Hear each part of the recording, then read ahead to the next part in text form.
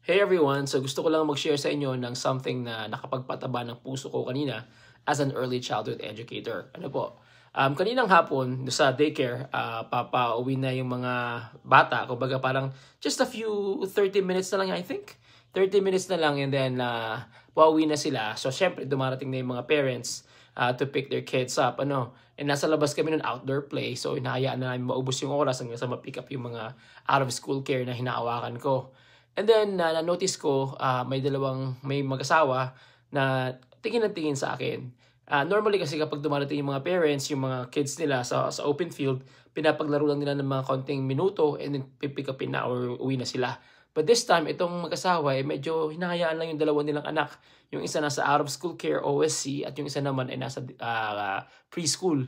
Pareho kong handle yung mga yon. Hinahayaan lang nila ako, baga parang nag-enjoy lang and then from time to time, tumitingin sila sa akin.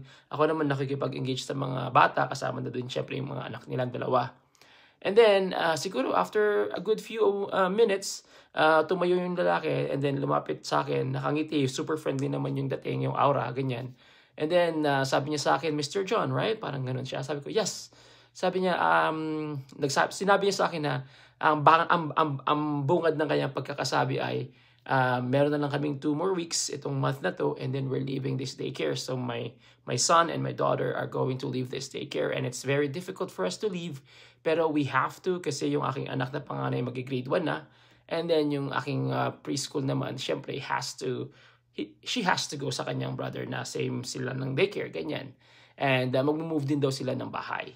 So parang sabi ko, okay, na-inform nyo na ba yung daycare? Kasi parang feeling ko ba't sa akin kayo nagsasabi?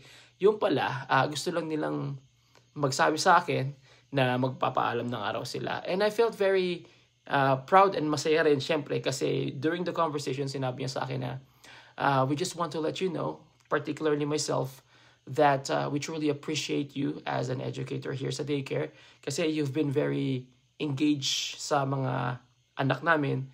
And remember when you were telling a story, a made-up story talaga na, yung syempre, kasi mahilig ako magawa ng mga story. Sa mga bata, nagpretend ako may mga puppets ako and then I'll create my own stories talaga. Feeling ko storyteller ako.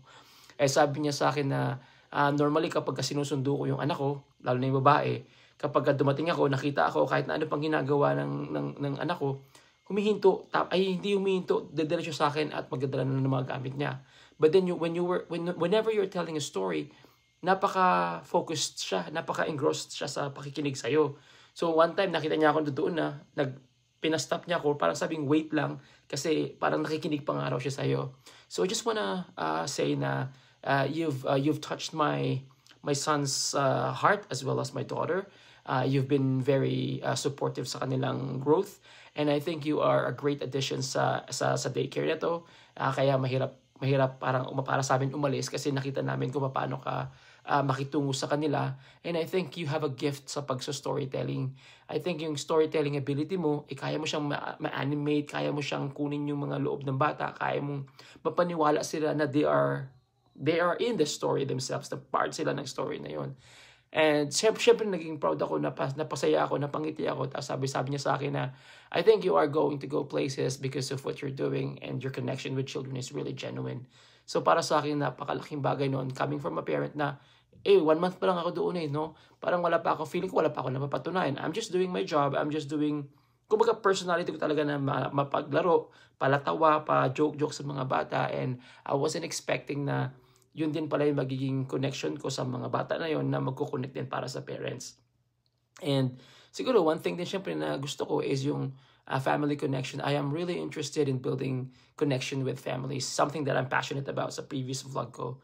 So yun lang naman guys, gusto ko lang i-share na kahit na medyo mahirap ang trabaho na to, kumbaga yung pagkakaroon mo ng connection sa pamilya o sa mga bata, at saka yung pag-i-impart mo ng knowledge, pagsusupport mo at pag-guide mo sa kanila na sa kanilang overall well-being, napakalaking bagay pala talaga. At yun nga, napasaya ako.